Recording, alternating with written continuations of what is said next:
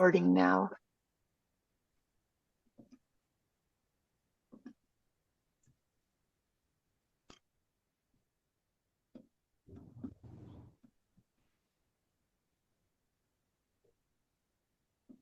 Welcome, everyone. Please feel free to introduce yourself in chat.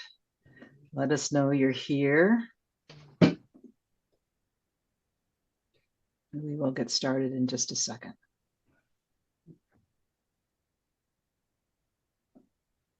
It's unmuted now. Yeah. It's muted. Oh.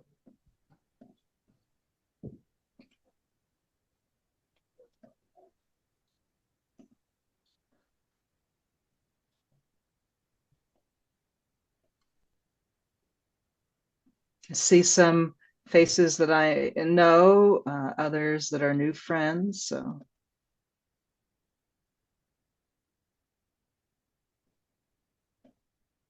and Cindy, I do see some folks in the waiting room. Do I need to admit them, or can you do that?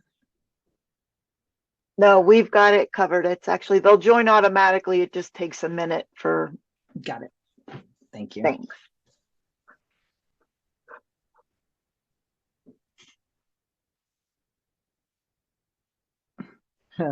Thanks for saying hello in the chat, Chelsea from Phoenix. I happen to be in Tucson, Arizona, and Phoenix from Utah. that's humorous. Thanks for sharing.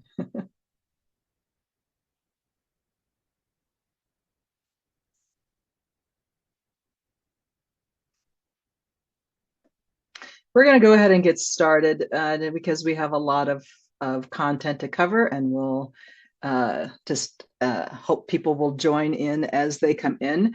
Please do feel free to multitask by both listening and watching, as well as putting comments or questions in the chat. We will have a little bit of time at the end for question and answers, and we're also going to be doing a follow-up session to this on March 13th that we'll talk about at the end, that will have more opportunity for conversation and question and answers. But we're going to get started. Good morning, everyone. My name is Elizabeth Burden. I'm a senior advisor with the National Council for Mental Wellbeing, one of the two folks who will be chatting with you today about grounding systems in recovery, from peer support to recovery-centered policy and practice. And my colleague Aaron will introduce himself in just a moment.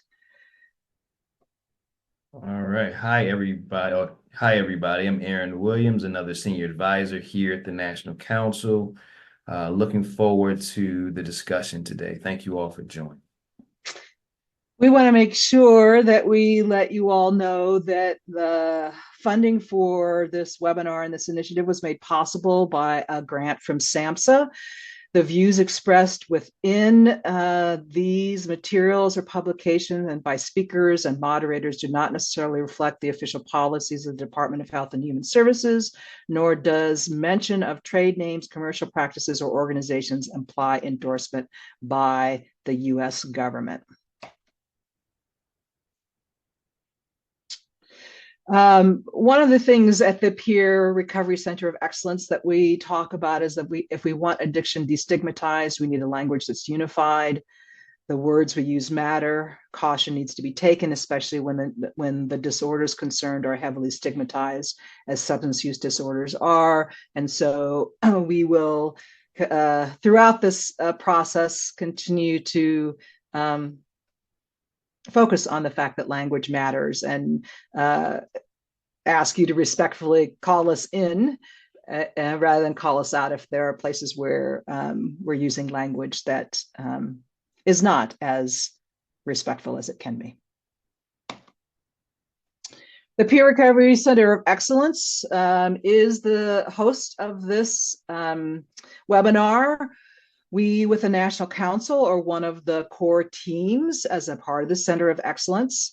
Has 5 focus areas. That is the integration of peers into non-peer, non-traditional settings. That's core 1, and that's what the National Council focuses on. Recovery community organization capacity building is the second focus area. Peer workforce development, evidence-based practices and practice-based evidence dissemination, and diversity, equity, inclusion are the other focus areas. In addition to these webinars, trainings, and publications, we accept technical assistance requests from any individual, organization, community, state, or region in need of training relating to peer recovery support services for substance use disorders. Oops. Slide is slow. And here's how you can request TA really quickly. If you weren't familiar with it, you submit a TA request. One of our wonderful coordinating center staff contacts you to discuss your request. The particular entity you're working with, one of those 5 cores, creates a plan for delivering your TA. We work with you to do it, and then you receive a survey to provide feedback. So any topic on which we present today or in any of the webinars, if there's something for your organization you'd like to follow up on and the like, you can request technical assistance. Other housekeeping, Aaron, you want to let folks know the housekeeping? Absolutely. So just as a note, I think Cindy and others covered a little bit of this, but we will be recording this and we'll make the slides available for folks, slides in the recording. When we're engaged in the presentation, just so everybody sort of has the same experience, we would ask that you mute yourselves when, not talking or when the presenters are speaking. It would be nice if you identify yourself, when you speak, raise your hand in some other way to recognize if we have a question. Again, we'll be taking questions towards the end, but feel free to submit questions in the chat. We'll be monitoring that to some extent. If there's some relevant questions, we'll try to incorporate that into the presentation. Again, there will be an evaluation at the end. We'll show you a link to that evaluation where you can fill it out and give us feedback that helps the peer COE expand its offerings and services and try to give you as high quality of a experience as possible. So those are our housekeeping notes for today. Go to the next slide. Working on it. My computer is slow today. So we're going to cover 5-6 different topics today that relate to grounding systems in recovery.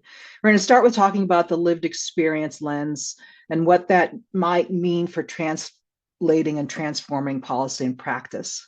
We'll then move into talking about what makes a service a recovery support service. We hear a lot about that. We hear about peer recovery support services, which is what our Center of Excellence is focused on. But we also hear about recovery support services more broadly, with peer support as a part of one of those recovery support services. So we want to talk a little bit about makes a recovery support services service. Then what does a recovery-centered organization feel like or look like, or how does it act? Creating recovery-rich communities and rebalancing the continuum of recovery support services. So within that, then we have 3 key learning objectives and a couple that are sub-objectives for that. 1, we're going to summarize the challenges and opportunities of using a lived experience lens in policy and practice. And so really the focus of this particular webinar is what funders, like state agencies, like county agencies, like perhaps foundations and others, might be able to do to support organizations as they develop their recovery-focused thinking, if you will, what we're calling their recovery consciousness. So part of that is there are challenges and opportunities of using lived experience lens in doing that work. And so we're going to summarize that. We're also going to describe a framework that we've been working on at the National Council for thinking about organizations and service delivery through the lens of recovery. And so by the end of this webinar, you'll be able to describe a little bit more about that. And hopefully you'll be able to interpret what makes a service a recovery support service as opposed to just a plain old social service, if you will, and identify the characteristics of recovery-centered organizations, peer-run or not. There are some characteristics of that we're going to share around that. And then finally, we'll talk about the resources needed. And so hopefully you'll be able to examine some of those resources needed to create a robust recovery-oriented system of care, or in what we are calling a recovery-rich community.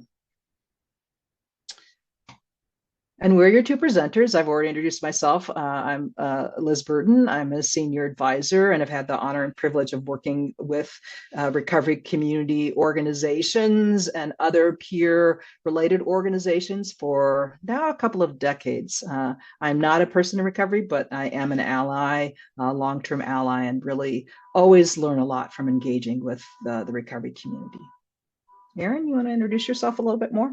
Yeah, absolutely. As I said, I'm a senior advisor here at the National Council. I've been with the council for about 10 years or so, working on a number of projects, mostly focused on substance use treatment, particularly integration of substance use and, primary care and behavioral health integration. Prior to that, I did training and technical assistance for about another decade or so in treatment, recovery-focused organizations across the country. And I too, as Liz suggested, think of myself as an ally, and certainly these kinds of interactions always experiences where we get to learn and grow in our sort of knowledge and understanding about the field as we move towards I think a society in which values both lived experience and helps alleviate some of the burden related to substance use.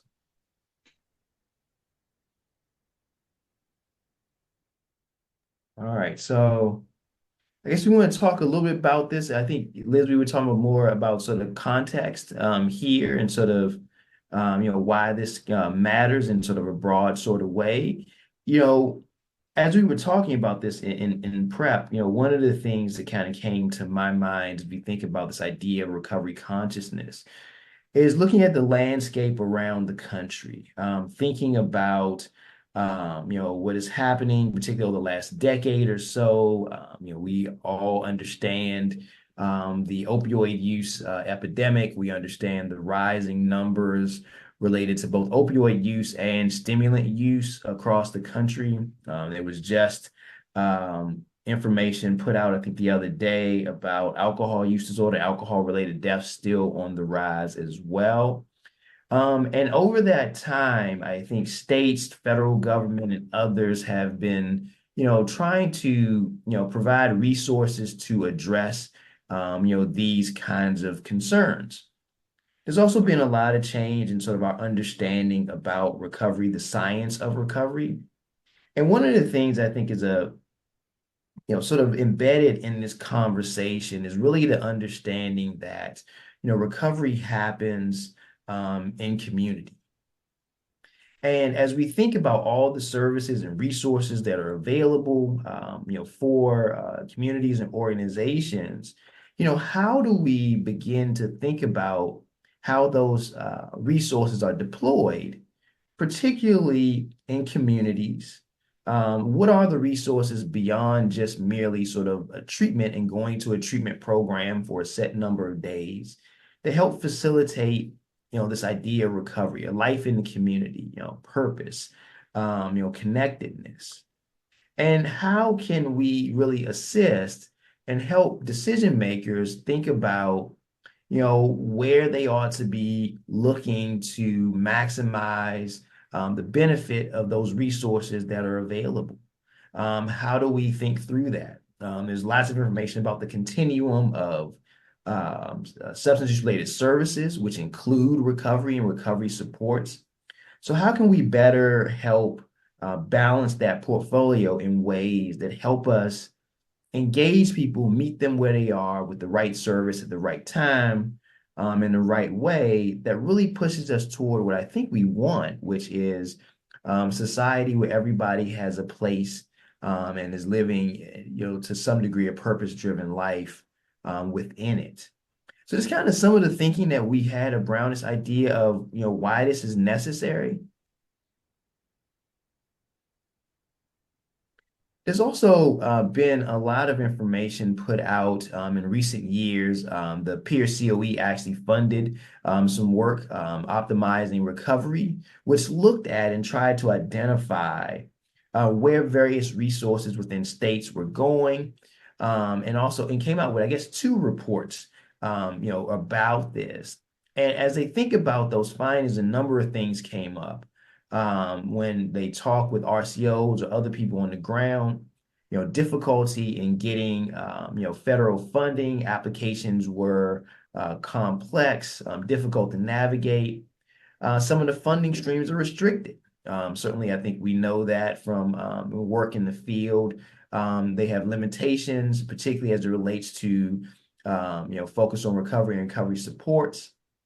Some organizations that serve minoritized communities or at-risk communities feel excluded from some of the funding processes, hard and difficult to access. And also they had some recommendations, which is funding agencies need to develop some sort of approach or criteria, which I think is part of what we're thinking about, to help underserved, communities. RCOs, we had a lot of discussion, both in our work and in the optimizing recovery funding work around recovery community organizations, and about the kind of support that they need to really do the work that I think all of us want them to do within communities, how they can access those fundings, what resources they need. There's, data that suggests that, having RCOs in communities, really are of community benefit. So how do we get those resources there and available? The other part of this is, again, is applying for funds, these sort of restrictive processes and the burdensome processes. So how do we help organizations think about this and build infrastructure, and state agencies understand, what it is that they're funding and what, the expectation should be, when funding those resources, and what might an optimal, or as Liz put it earlier, a recovery-rich community look like? What services are there at present? And so we all know that there's a lot of information already out there. And so before presenting the recovery consciousness and integration framework, we wanted to talk a little bit about why a new framework. There's a lot of research and theory around the range of programs and services that can support recovery from substance use and mental health challenges. And it's been described in many ways and in many models, 2 of the most prominent being recovery-oriented systems of care and recovery-ready ecosystems. And I see a couple of folks on here, they have in their background recovery-ready ecosystems as a part of their Zoom backgrounds, which is great. And both of those frameworks are really important, both of those models. Just a reminder, ROSC is defined as a coordinated network of community-based services and supports that is person-centered and builds on the strengths and resiliencies of individuals, families, and communities to achieve improved health and wellness and quality of life for those with or at risk of mental health or substance use challenges. It includes clinical services and recovery support services at each point along continuum of care, and has several guiding principles that I'm sure most of you on this Zoom call are familiar with, that include person-centeredness, it includes collaboration. There are several key principles. The idea is to ensure that effective, relevant, well-coordinated services are easily accessible in community within a recovery-oriented system of care. Now, the recovery-ready ecosystems model, as described by Ashford, Brown, Riding, and Curtis, is patterned after preparedness for health or disaster events in communities, which is appropriate given the ongoing opioid epidemic. The Recovery Ready Ecosystems model identifies key elements at the micro, that is the small level, the meso, the medium level, and the macro levels that need to be present in communities to support recovery. And it provides a framework for researching the impact on individual recovery when communities are more or less recovery ready. So community is the focus. Those authors think and discuss the fact that an abundance of these supportive structures and resources allows communities to greater support recovery processes. So both the ROSC and the REM models, if you will, reorient systems, which is really fundamental work that we need to do. Using these models, funders like state agencies, like county agencies, like foundations, can design and fund services to meet the needs of diverse populations, decrease fragmentation, and improve interagency coordination in the process. So ROSC and REM combined help systems to be more efficient and effective in achieving clinical outcomes. Yet, we know that a system is only as strong as its individual parts. And so we've been thinking that a third framework is needed to help funders assist communities to move from recovery ready to recovery rich. Beyond coordinating resources and assessing community recovery readiness, funders need to think more strategically about how well specific assets that are a part of recovery-oriented system of care, or they're a part of a recovery ecosystem model, how well those specific organizations support recovery outcomes.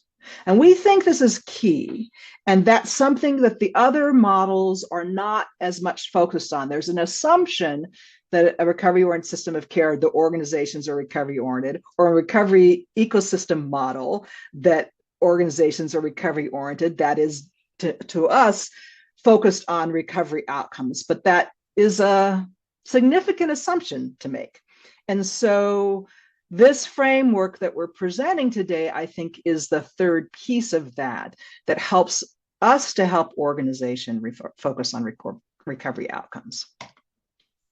So we're going to start with talking about some principles. And one is this notion of using lived experience lens to frame all of our thinking.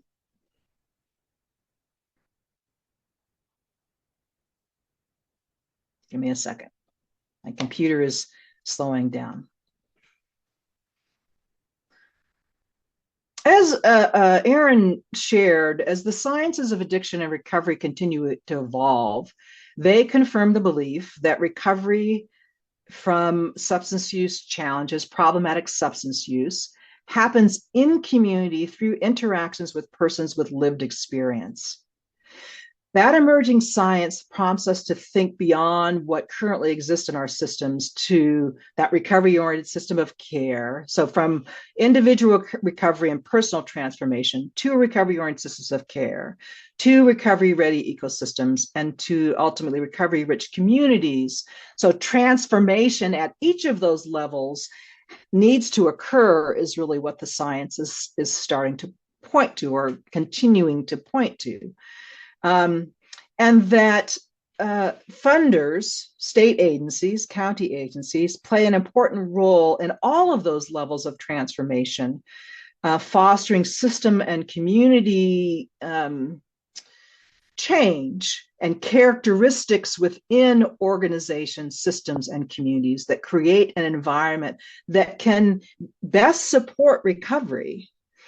And so in the expansion of recovery support services and the expansion of peer recovery support services, some of our efforts, I think, have missed the forest for the trees, because it isn't just about integrating peers into systems, although that is an extremely important and necessary step toward recovery-oriented systems of care and toward recovery-rich communities.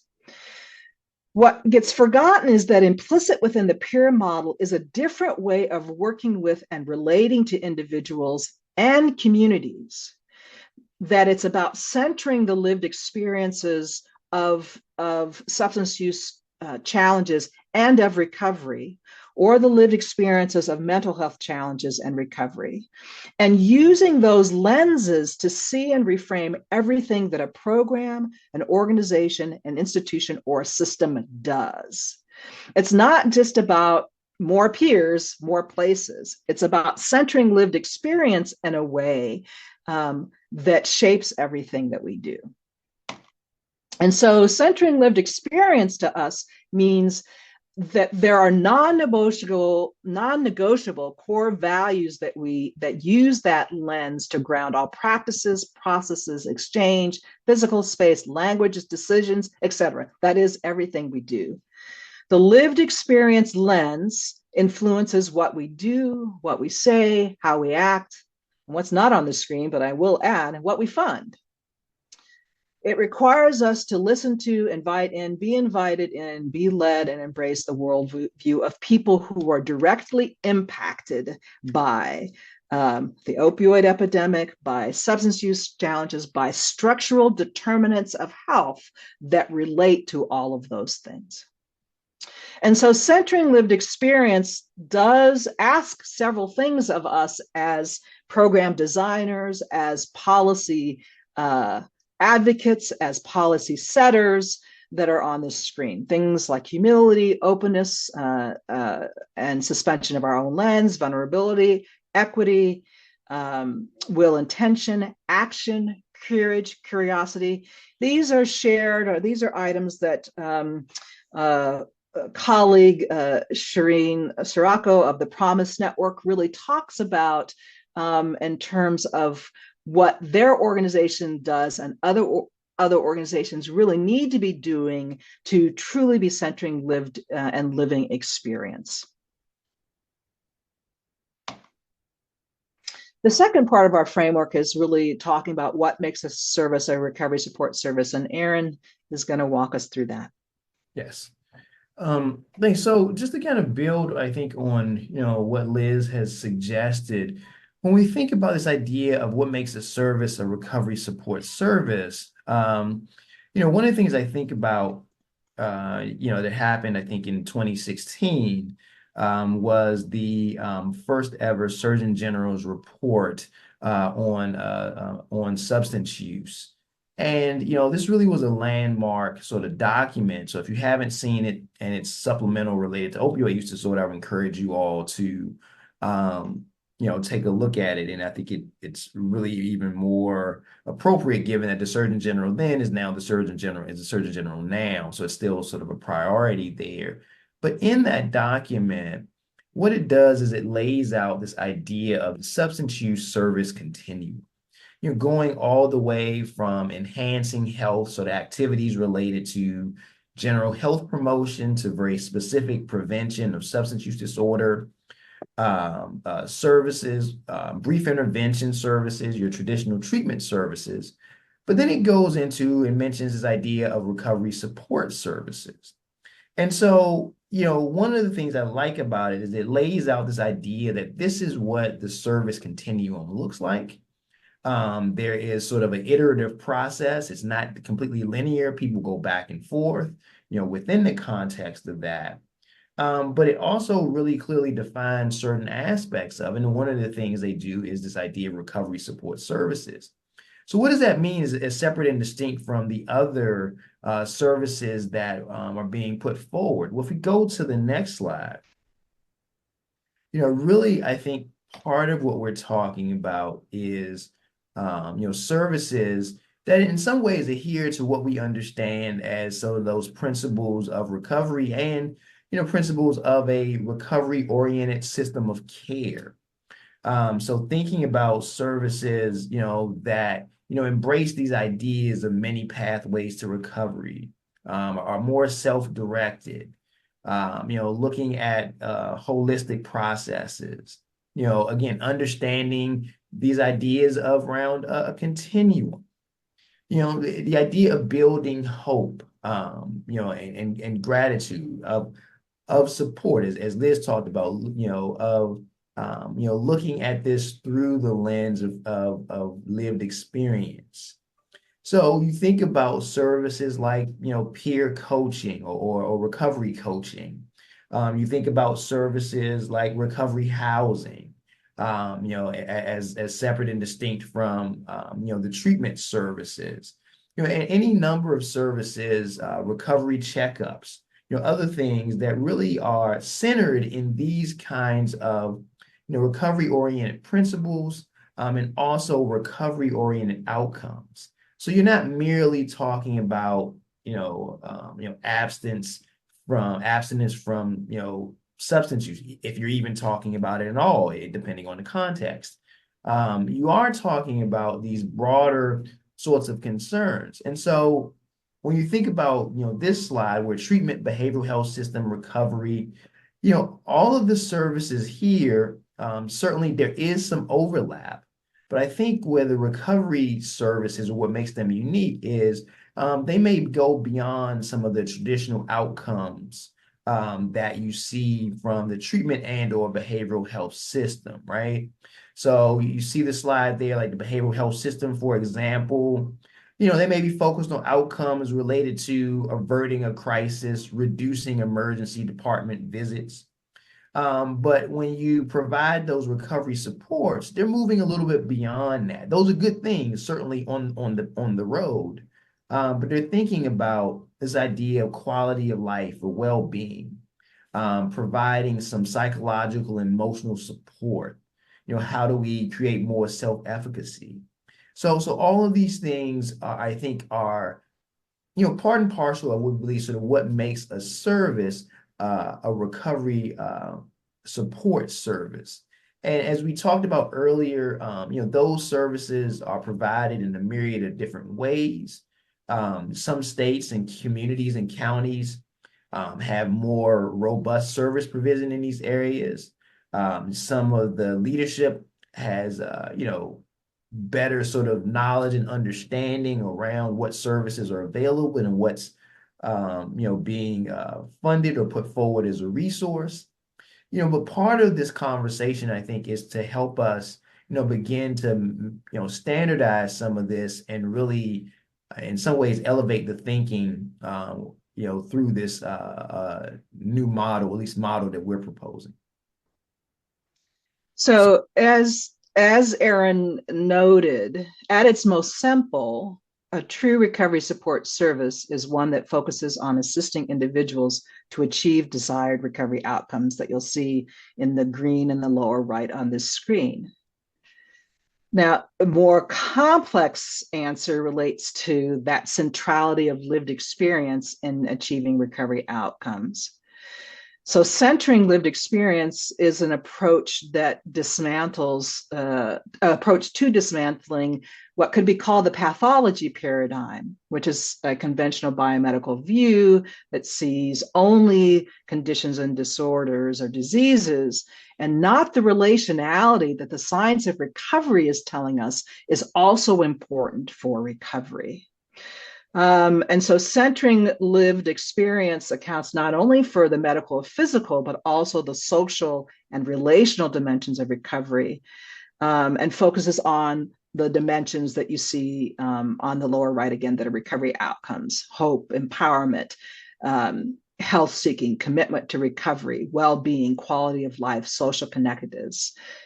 All of those things are what differentiate a recovery support service from, like, recovery housing from housing, right, which is a social service that has been around a long time and a need. And not that housing isn't important, and just plain old housing, if you will, is important, but recovery housing adds a layer, if you will, of things that are focused on recovery outcome. And I would go ahead. I was to say, I just to add to that, extend that point a little bit. They also go beyond some of the just rote system outcomes, right? So if we think about the behavioral health system or the healthcare system, you're going beyond this idea of, sort of hospitalization, reductions and sort of the widgets that are of benefit to the overall health system. But you're much more focused on this idea of individual growth and growing beyond sort of those kinds of just system widgets, if you will. And so to get us to recovery support services, they get us to all those things that Aaron and I just discussed. They have to happen in our view, in a recovery-centered organization. So let's talk a little bit about recovery-centered organizations and what they look like, and perhaps what the opposite of them are, and what might be a continuum of building up to being a recovery-centered organization for those that are not, but really would like to be, and for those in fellowship traditions, I like to think of organizational development like some of the philosophy in fellowship traditions, which is we're looking for progress, not perfection, right? So within organizations, we're not necessarily looking for perfection on recovery centeredness, but we are looking for progress towards some of the things that we're going to talk about. Here's another piece from organization called Pure Voice North Carolina that I love, that says, when we say people are service resistant, what we're actually saying is our services are people resistant. And so a recovery community organization, a recovery centered organization understands this philosophy at its core. Okay. So this is the framework. All this build up to this, but this is it. So this is the Recovery Consciousness and Integration Continuum, what we call the RCIC framework. We may rename this. As I was sitting with it today, it's like, that's a mouthful. But what is it? What does this graphic tell us? What does this framework tell us? It tells us that there is a continuum. This is based on research. This is not new information for most or many, if any of us. What we've done is taken research, taken practice-based evidence, taken what people in the field know, and we're looking at it in a slightly different or new way that I do think helps to frame and give us a different way of talking about what organizations do. And what the why of this, again, is as we look at allocating precious resources, I won't say scarce because I do believe in abundance, but precious resources in our communities to help them to be recovery rich, we need to be thinking about some of these things. And so what this basically says is there are organizations on a continuum from no recovery awareness to recovery centered, and there are places in between. And that, social services in the conventional sense or in the old school traditional sense or in the sense of the metrics that Aaron and I were just describing, are focused not so much on those recovery outcomes, but on other kinds of outcomes that may be equally important, which is why they're at the left-hand side. And that recovery-centered services, recovery support services that are on the right-hand side are really fully focused on the recovery outcomes. It shifts us from an individualized planning focus to a community and systems planning focus. Not that we lose the individual, but that it moves beyond that. Now, there might be some social workers in the room and others who would say, well, social work also has a community aspect, and that is true. I think we could talk about recovery-oriented social work practice, recovery-oriented nursing practice, recovery-oriented psychology and psychologist practice, and those would be more towards the recovery support services end. So I think there are lots of fields that are moving in this recovery-centered or recovery-oriented practice. But at the end of the day, those two ends of the continuum can kind of be summed by two different questions. The left side of the continuum asks, how do I get you to be compliant? The right-hand side of the continuum, the recovery-centered side of the continuum, talks about how can I help you with your recovery today? And those two very different questions frame the two ends of the continuum. I'd also say then that recovery-centered organizations have some key characteristics. One is that they center lived and living experience. Sorry, that says lived and lived on this slide in the center. I need to change that. It should be lived and living experience, or living and lived experience. Are generally peer-led, and what we mean by that is they share power based on recovery principles of reciprocity and mutuality. They use participatory processes routinely. They engage in creative problem solving with community. They're open to potential new ideas rather than being tied to replicating that has been done before. And they are literally peer-led or peer-governed. That is, the majority of the voices who are part of the effort are persons with living or lived experience. That centering also talks about all aspects of the organization, the mission, vision, culture, infrastructure, policies, practices, use those lived experiences to ground the work. Third, recovery-centered organizations understand that recovery happens in the community. While organizations have an important part to play in this, every part of the ecosystem has an important part to play, that relationality of recovery is extremely important. And there are some researchers that define those relational practices as the recurrent relational interactions that people engage in, filling their daily life, that can promote healing interpersonal patterns. That is recovery. Recovery-centered organizations design programming and services for that relationality to occur. And it helps to build the kinds of concepts that I know, again, those of you on the call are familiar with, recovery capital, right? It is through the relationality the recovery capital gets built. Fifth, recovery-centered organizations are spaces in which each person is an expert in their own recovery. Recovery-centered organizations play a strong role in advocacy and systems and communities. They advocate for access and opportunity for healthy alternatives, particularly for individuals most impacted by negative structural determinants of health. And this takes us to number 7, which recovery-centered organizations have a comprehensive and multifaceted approach to addressing equity. They combine advocacy, education, community engagement, and collaboration to create lasting change in systems and communities that improve recovery outcomes for those most impacted by structural barriers. Other important dimensions of recovery consciousness include the strength of belief and the embeddedness in policy and practice of that recovery is possible. So we both believe it and we put it into practice in everything that we do. That the length of time that people are engaged with us is an important dimension, and then we move from looking at things as being short-term to a long-term relationship with individuals.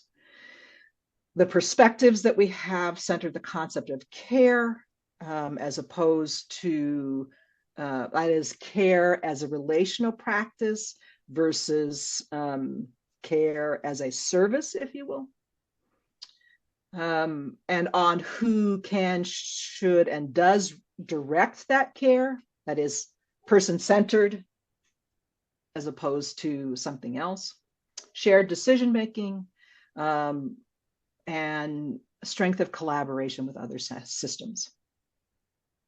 Yeah, Nick, thank you very much. We say peer voice and peer choice. That's the simple way of saying everything that I just said. Thanks for sharing that, Nick.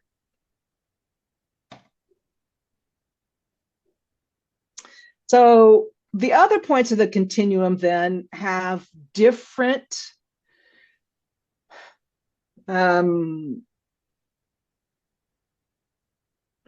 approaches, different thinking about recovery.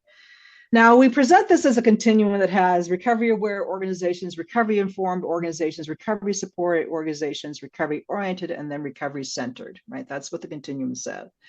However, the rest of it's really kind of fluid, in that there's going to be a variation in the level of conscious integration or not of core recovery principles across organizational systems and structures and processes, such as leadership, such as governance, such as decision making. So recovery aware organizations, that is kind of on, again, the left-hand side, focus on treating symptoms and acute events, stabilizing and preventing return to use or recurrence of symptoms.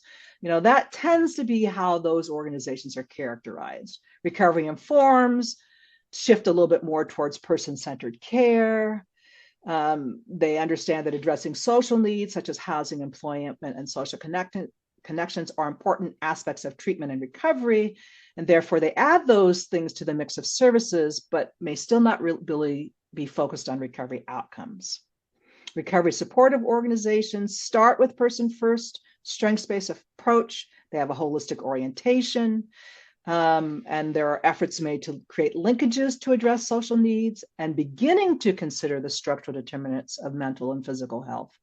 And the recovery-oriented organizations, you know, are the next sibling, if you will, of recovery-centered organizations. They're grounded in the belief that people with mental health and substance use challenges can and do recover, that people in recovery can provide essential support to each other, and that people in recovery have a central role in designing, delivering, and evaluating services. So that's the rest of the continuum.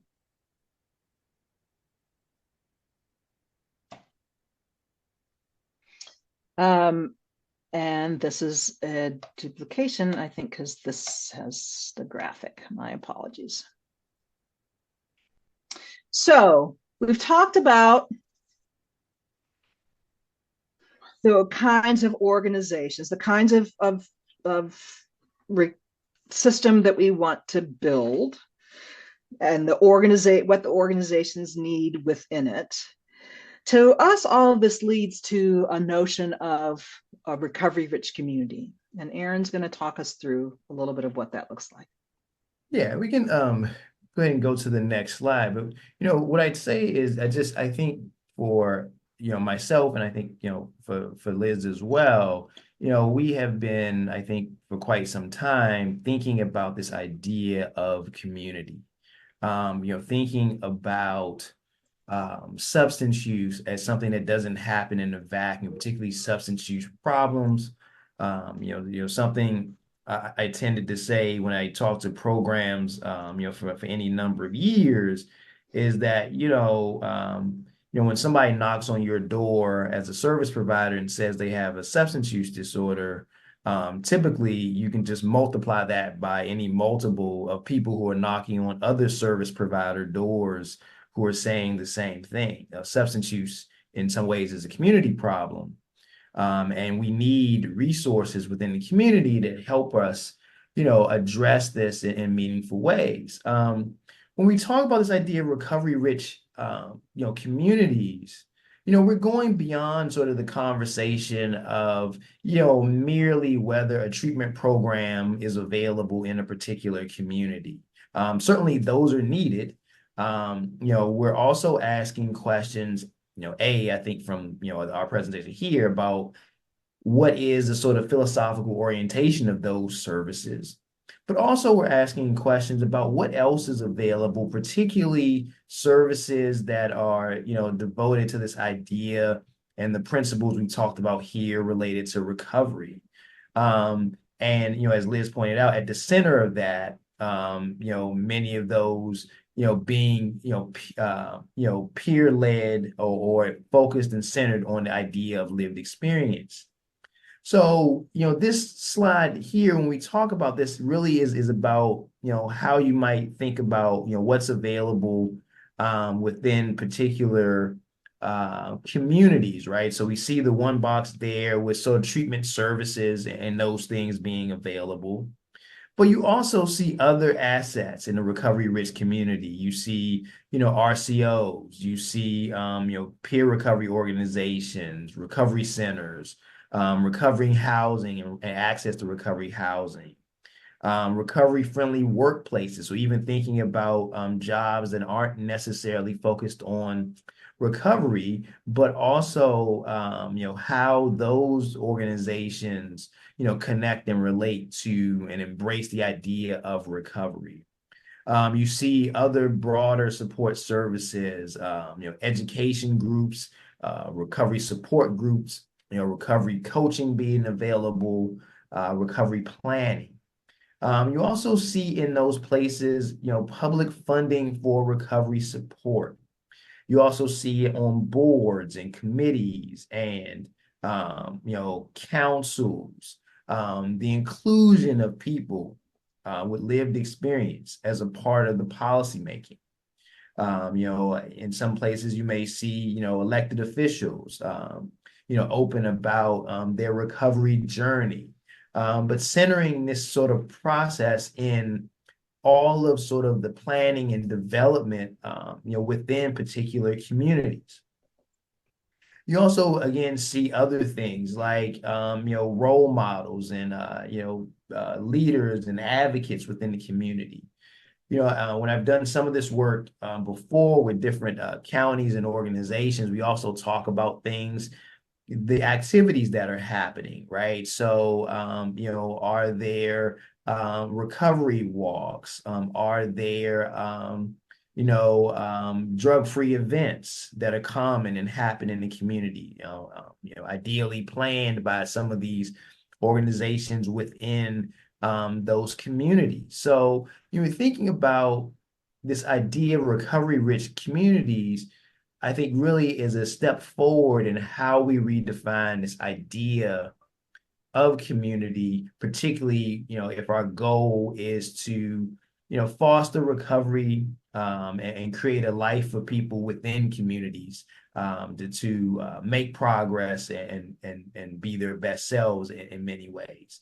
So, our thinking about this is how do we help funders, decision makers, and others, think about this as a goal, as where the journey sort of takes them, rather than sort of a standard conversation about, whether, a particular healthcare center is there or not there. Again, those are important, but how do we step the conversation forward a little bit, beyond that sort of conversation?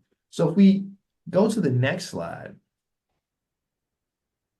So this slide, I think, really maybe helps crystallize some of the point, as we think about, as Liz talked about, the idea of sort of progress, and particularly for people who are engaged in sort of a recovery journey, how do we think about where someone might be and what kinds of resources or other things that might need to be available or are available within a particular community? So we think about this idea of, I am ready to make some change, this would really be helpful, or I'm checking out my options, what's different here, where they're in a space where they're looking at access to programs. Other people, maybe I recognize the knowledge and skills that I have to share. Well, those particular individuals on their recovery journey are looking for spaces and places to give back, to contribute, to be engaged. Looking at how, they may, really sort of plant a flag in the community and share their knowledge and wisdom to those who may also be on a journey at a different, space. So, I'm taking significant steps in my recovery journey. Can I see myself making the journey with others? There you're looking more about, support groups and others and really looking at making those kinds of connections. I'm noticing increased health and wellness due to my changes. What else can I learn? How else can I grow? The question would be, is there regular one-on-one support within the community that can help you, engage in whatever those next health goals or life goals? I've gained a lot and learned many tools for life and recovery. So how do we think about what are those transitional supports that may need to be in a community? You want to connect with a wider circle. This is how I live. Thank you for the support. That's really sort of this level where you're created some deep connections within the recovery community, and within the larger community. Are those opportunities present for you really to engage in a much deeper way within the community, and in that community of support? So again, all of these things are aligned again with some of these principles around recovery and recovery-oriented systems of care. Those life skills, the enhancing of recovery capital, because I think embedded in this is a conversation around recovery capital and what people need to facilitate their journey. Improvements in quality of life and really purpose. And we understand these things again as being grounded in community and grounded in relation with other people. So, how do we continue to use this sort of model to build those things so that people, as they're thinking through these, as they hit some of these landmarks in terms of their knowledge and understanding and thinking, there's spaces and places for them to to engage and to really put those skills and ideas to the test in ways that are meaningful to them. Next slide.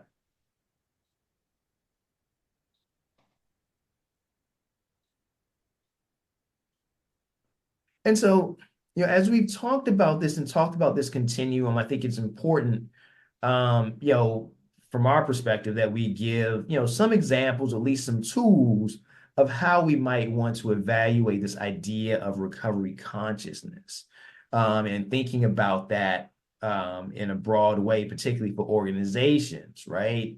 So again, when we're thinking about this recovery consciousness, we're talking about things beyond sort of the general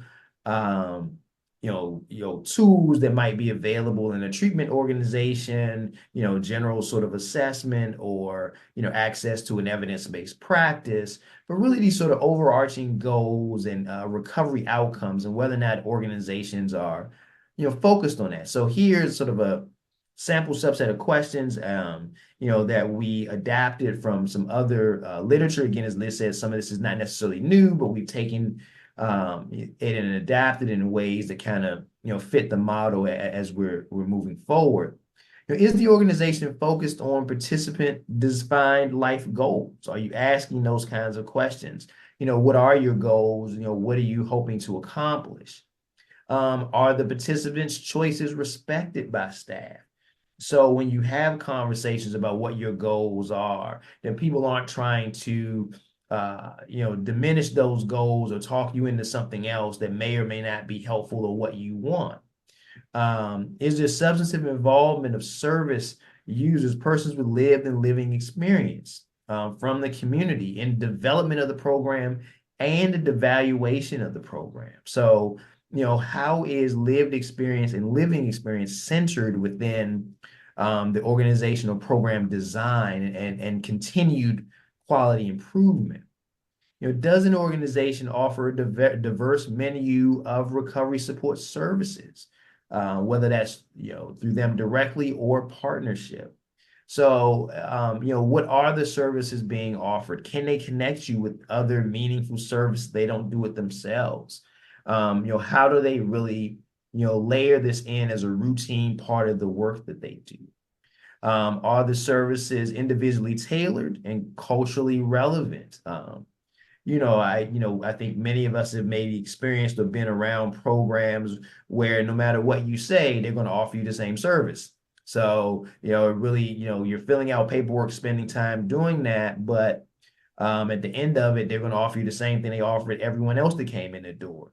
So is the organization tailored? Is the organization thinking about you as an individual and offering you services that are relevant to you, both individually and relevant to you culturally, which certainly is a larger conversation about that work, but it certainly is an important factor here in this conversation. Does the organization have a proactive process in place to connect participants with peer-led and peer-run mutual support organizations and networks. So one of the things, if you think about this, even in the example that Liz talked about earlier, and about like the practice of social work, right? So there are lots of community services, and people need to be connected to those community services. But are there services and other things that are recovery focused within the community that you're able to connect people to and provide support for? Here's the second part of this in terms of evaluating this, commitment to effective peer employment. This is more about the organization's values, particularly as they relate to staff. Do you have at a leadership level the understanding of the peer ethos and history? Is that a part of the focus and conversation? Are the policies and procedures, do they consider that? Are they developed with that in mind? Substantive involvement of peer workers in the development and evaluation process. Our peers or people with lived and living experience, have a leading role in decision making and in the services that are offered. This conversation of whether, of having people included and telling you what may work or what doesn't work, what should be available and what shouldn't, as a part of this. Are your outcomes and measurements centered on recovery, not just sort of the clinical understandings of success? Let's talk about the idea of compliance or maintaining abstinence or decrease in symptoms. Are we focused on those sort of these broader, ideas that are more recovery focused? And when you're hiring, are you making sure that you aren't requiring adherence to specific recovery pathways? Abstinence or participation in therapy, periods of time in recovery. Like, how do you have or create programs that are thinking about this, have this in mind, and don't have these sort of barriers to engagement, particularly for staff? Do you have a comprehensive onboarding for peer and peer workers? Having that understanding and that nuance and having them walk through a comprehensive program that really orients them to not just what you do, but sort of, this overarching philosophy. And also, opportunities to advance this idea of some sort of a, pathway, particularly for peers and peers with living experience, that they aren't sort of stuck in the same role, into perpetuity. So how do you think through that, particularly as it relates to staff? Next slide. I did want to, before you go to the next slide, Aaron, I did want to credit the sources. So these Yes. are questions that were compiled and compressed from two different sources.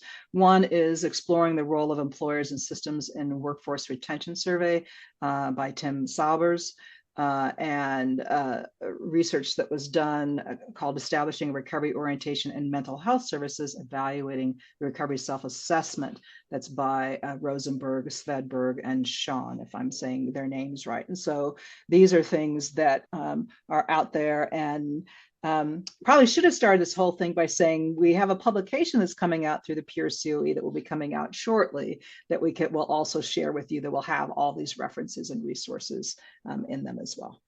Yep, absolutely. All right, so in here, just talking more about sort of the organizational assessment itself that we sort of put together, that again is a part of that document that we'll share, that I think actually while we've been talking, we got an email about it. Looks like it's ready to go. So we'll be able to share that soon. So we're very happy about that. So the 7 domains here are really, I'll just walk through them really quickly. Demonstrating organizational commitment to recovery-centered practices. Domain 2, fostering recovery culture and environment within the organization. Domain 3, centering lived experience in program design and development and practice. 4, establishing working relationships with participants. 5, supporting personally defined recovery. 6, promoting purpose, a life in the community. And 7, supporting authentic peer work. So again, this is kind of what we're thinking in terms of how you might want to funders or others may want to look at evaluating organizations, but also how organizations may want to evaluate themselves.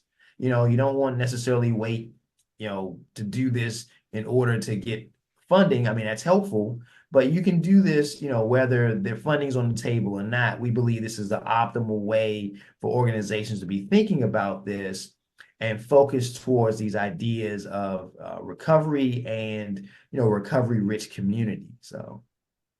And we also think then back to the state agency, county agency funder role, that these are also domains then that those kinds of organizations, state agencies, funders, county agencies, can be thinking about and helping the organizations that are part of their portfolio of services, the mix that they're funding in communities, to think through as well. That these are some of the kinds of things to be looking at and toward when releasing funds for recovery support services, and to build the capacity of organizations to truly provide recovery support services.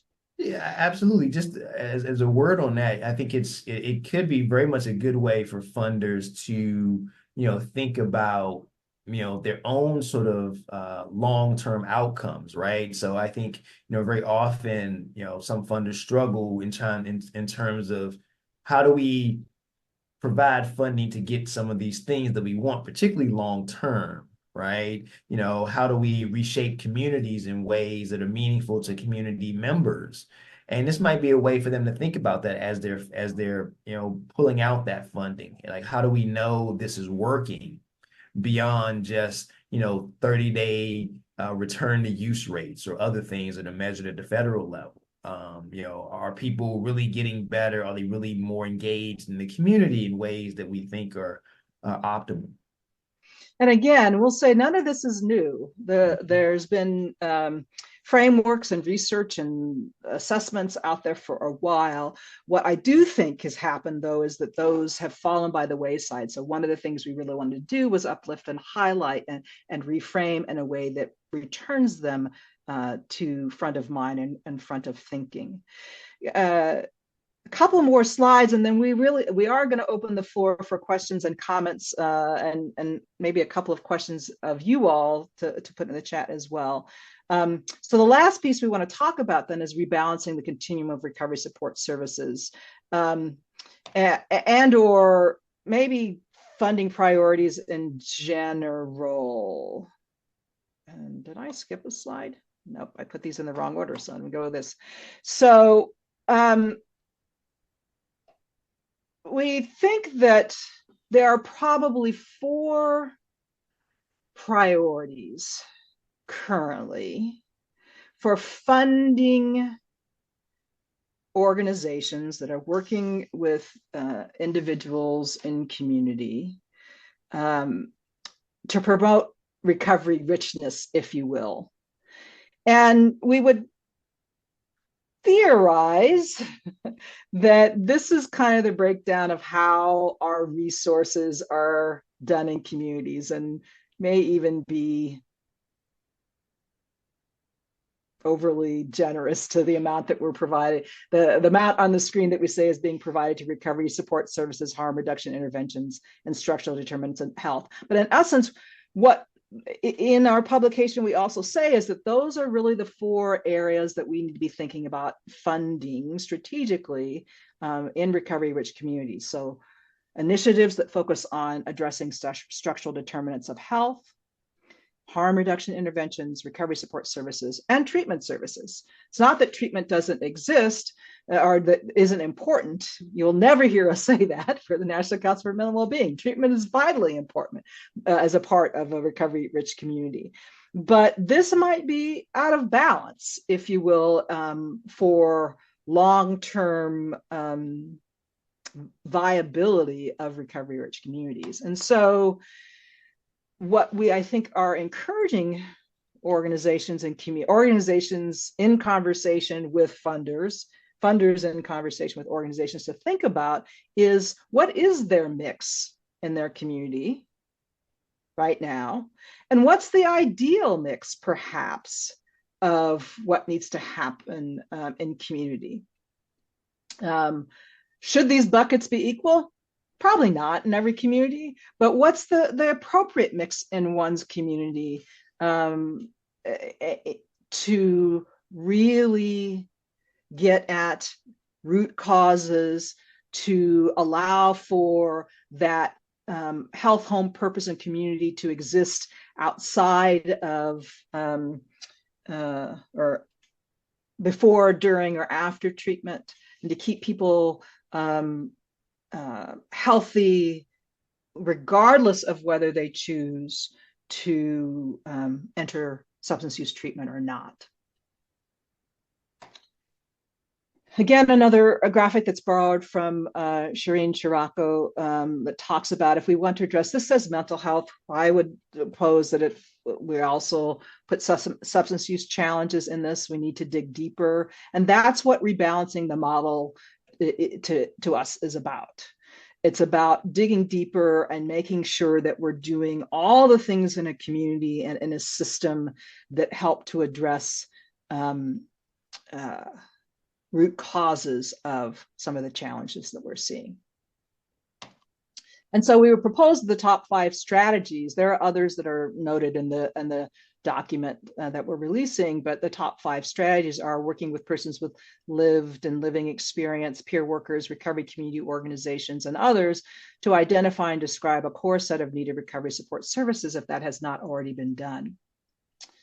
To assess and evaluate current systems based on recovery outcomes. And I know people say that's challenging, but there are metrics that are out there and new ones that are being developed every day. The Recovery Research Institute just hosted one where there are researchers that are really looking at taking like the quality of life surveys that are starting to be used more and more in different organizations and converting that to another metric that helps to really assess cost effectiveness of recovery support services, and that we can do that as compared to no treatment or treatment as usual and the like. And so the newer research is helping us to really look at those recovery outcomes, not just other system outcomes or shorter term treatment outcomes. Develop funding models that prioritize some of those long-term funding outcomes, assist organizations in their recovery thinking or their recovery consciousness, and fund partnerships that improve linkages between SUD treatment providers, recovery community organizations, and other recovery support service organizations. Again, we know systems are already doing a lot of this. States and counties are already doing a lot of this. And we're hoping that the framework helps to continue to push the thinking forward in ways that can make an impact in communities. So our conclusions are, as funders, policymakers, administrators, and I would say advocates, which most of you on this call are, continue to look for ways to optimize substance use service delivery. More attention needs to be focused on how organizations are centering recovery and recovery support services. Organizations can and should engage in rigorous self-assessment of their recovery consciousness as a way of optimizing patient-centered care. Organizations with higher levels of recovery consciousness and recovery centeredness are better suited to provide the necessary support for peers working in those environments to thrive. And as demand for services continue to grow, funders will need to think strategically about the organizations they fund and the expected recovery-related outcomes that we're hoping or expecting those organizations to be able to deliver.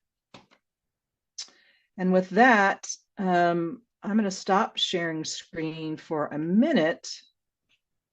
I can figure out how to do it and open up the floor for questions, and then we'll come back to the slide for some last things. All right, stop sharing. And so we've talked a lot. We talked most of the webinar, which is not usually my way, but would love to hear any thoughts or observations or questions, comments on what we presented and talked through. Does it make sense? Does it resonate? Is it confusing? Is it totally out of line with what's happening in communities? I'm curious. I was actually interested in the point about compliance. Say more, I, Phoenix. yeah, I guess what I would say is I feel like I'm having trouble understanding the distinction because of how organizations tend to emphasize compliance. And so understanding that peer support goes against that grain, but finding ways of implementing that without too much complexity.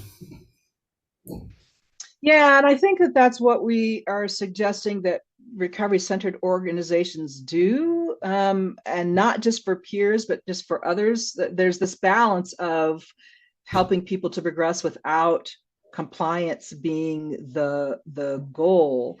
There are lots of peer models out there, we know that, but in looking at intentional kinds of peer support models,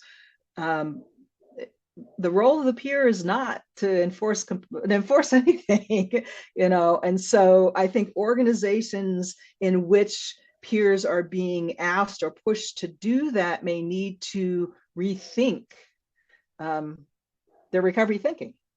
That's, I think, what we're saying. Yeah, that makes sense. I guess because I just feel like with where I'm at, like so much of it is based around law enforcement and like enforcing laws. And I understand that piece of it. It's just trying to also build that trust with clients and letting them know that they have a safe space to recover. Yeah, thank you for that, Phoenix, and we'll open up for others. One other thing I'll say is, so I've been following for a while the work that the CLEAR program in Winthrop, Massachusetts has been doing, and he's now a lieutenant, Sarko Gagosian, I think is his last name. And I think they are an entity that has figured out how to do recovery work in the context you're talking about and keep those peer principles sacrosanct.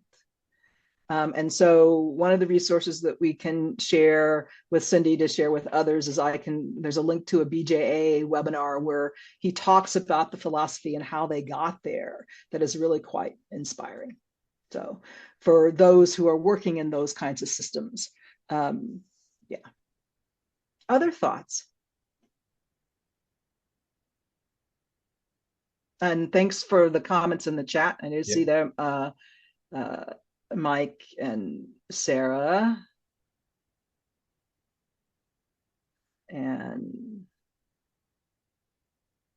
I was just this looks amazing, and it's great for SUD. I do wonder if this were like a mental health peer focused, what would change? Like, it looks, I don't see anything that has stand out about, like, even like the language it seems very like this would work with mental health peer recovery too.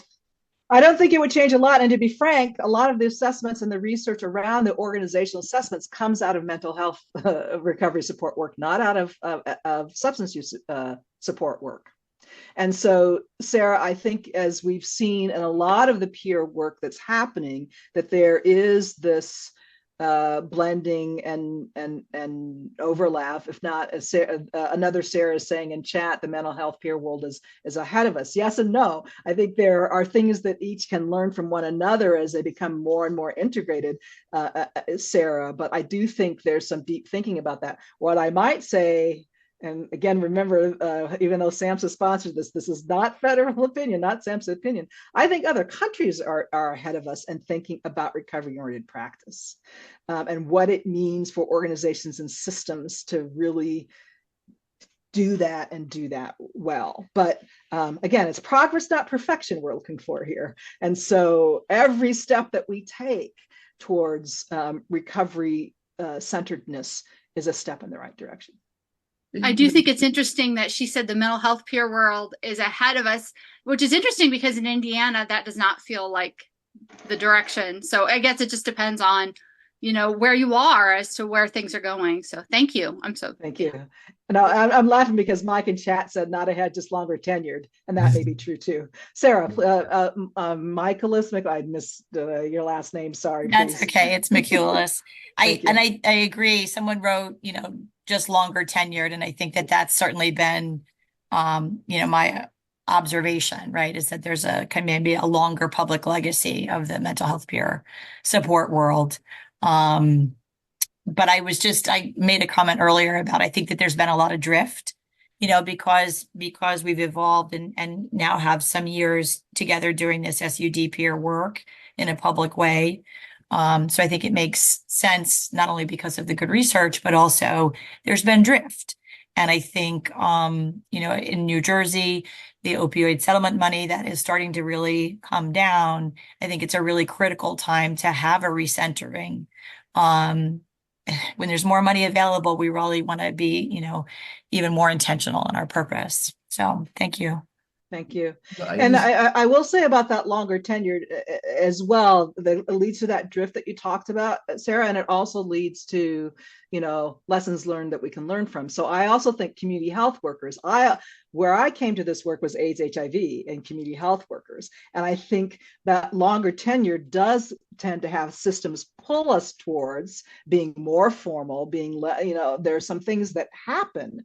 And there are some lessons that can be learned. There are some community health worker programs that are still doing what I would say is, again, truer community health work that is community-based, people from the community and the like, versus, blood draws, assessments, and those kinds of things, which is not what I would see as conventional community health work. So we can learn from those lessons of what's happened across the long tenure.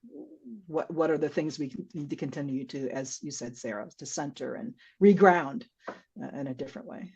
I think just to add to this point, I think Mike sort of mentioned this in the chat as well, that these things and these concepts I do think are broadly applicable, right, across different sectors and modalities.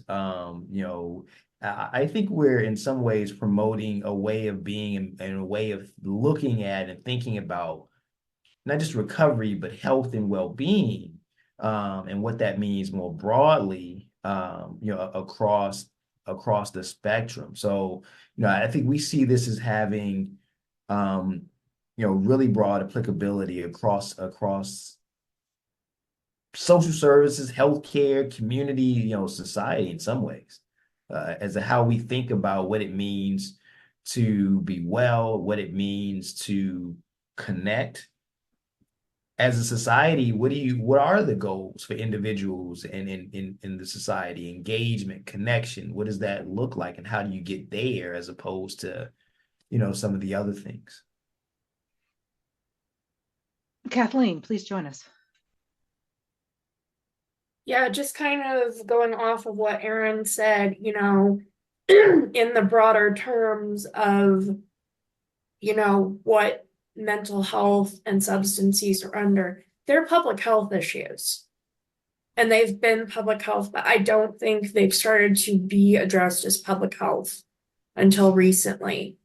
And then when we get into, it's not just like traditional acute care treatment, we're needing to shift from the idea of and this is just like the whole healthcare field in general, of rather than trying to look at what the symptomology or the pathology is, what are the root causes of what's going on? And really trying to get at, what is that lifestyle medicine? And I see that really incorporating a lot of stuff with recovery. Because you're looking at when you get into recovery, it's a lifestyle change. And you're doing those things to optimize your health and move towards being on a healthier path. So it's not just like substance use and mental health is like siloed. It's really part of everything that impacts your entire life. Thanks, Kathleen. I think we have time for one more comment, and then we'll let you know when we have time for more conversation and no presentation. So anyone want to have the last question or comment? A real quick blank for a couple of people. Phoenix asked how the abstinence is addressed, or the compliance is addressed in recovery community organizations. We we identify that recovery looks different for each person, and sometimes substance use recurrence is a part of the journey. I know for me it was. I'm a person with lived experience. I've spent I don't know how many trips through rehab, and it didn't finally stick until it was rehab with community, with peer services, and all of the above to integrate my new lifestyle into the greater, well-being of my community. And there was something else. Oh, just we here in Texas, we have RSPS peer support services, recovery support peer specialists, and mental health peer specialists, and they both share the same core training. They have supplementals that are different, but they're very similar at their root. I just wanted to share that with you guys. Thanks, Nick, and I appreciate that. I think also peer support has a commonality that's root, and then they come from different roots, if you will, but have some similar processes. That's my experience. And then they form one tree and then they branch back out, right? So mental health, ex-consumer movement comes from one place. The substance use recovery movement comes from mutuality, mutual aid in another. Community health work comes from several different branches depending on the health concern. But there are some ways of being a peer, being with another person on that journey that are always very similar, and then they may branch out into different ways. So thank you for that, Nick. Thank you for a very great discussion. Appreciate you. Thanks. Well, and the discussion can continue. So let me share my screen again real quick. We do have what we call an office hours for this, which is Wednesday, March 13th. I think that's next week. 2 to 3 Eastern time, 1 to 2 Central time. Cindy will send this out with the link and other information post. And that really will just be a conversation about this framework and its uses and other tools for fostering recovery consciousness in our organizations and communities. We invite you to attend. If you have others who want to engage in the conversation and weren't able to see this webinar, you'll be able to share the slides in the office hours. That's something that can be done. Also, what will come out to you, but we also encourage you, if you have your phone available and could scan this QR code and give us feedback and evaluation, both about the webinar session and if there's open-ended question about the framework itself, we'd love that as well. It is a work in progress, as I am just as a person, as we all are as people. So we really welcome your input and feedback on it to help us make progress on that. I'll leave it up for a second, and then there'll be one more slide about how you can connect with us in other ways. All right, I'm going to move to the next slide. And if you didn't get it, it will come out as a link in the post-session correspondence email that comes from the peer COE. And then you can connect with us on Facebook, I'm old, I'll say Twitter. I know it's X now, but there's some things I hate to change, and Vimeo. And with that, I'll say, Aaron, you want the last word? Yeah, I just thank you all for joining us, and we are so happy to have you and have the opportunity to discuss this. We really, I think there was some great feedback. If you want to talk further, again, join us for that office hours, and we'll have the slides, and I think the video available, and in short order, the actual document with all of this in long form will be available as well too. So we look forward to further discussion and dialogue on all of this. Be well, everyone. Thank you. All right. See you all. Thank you.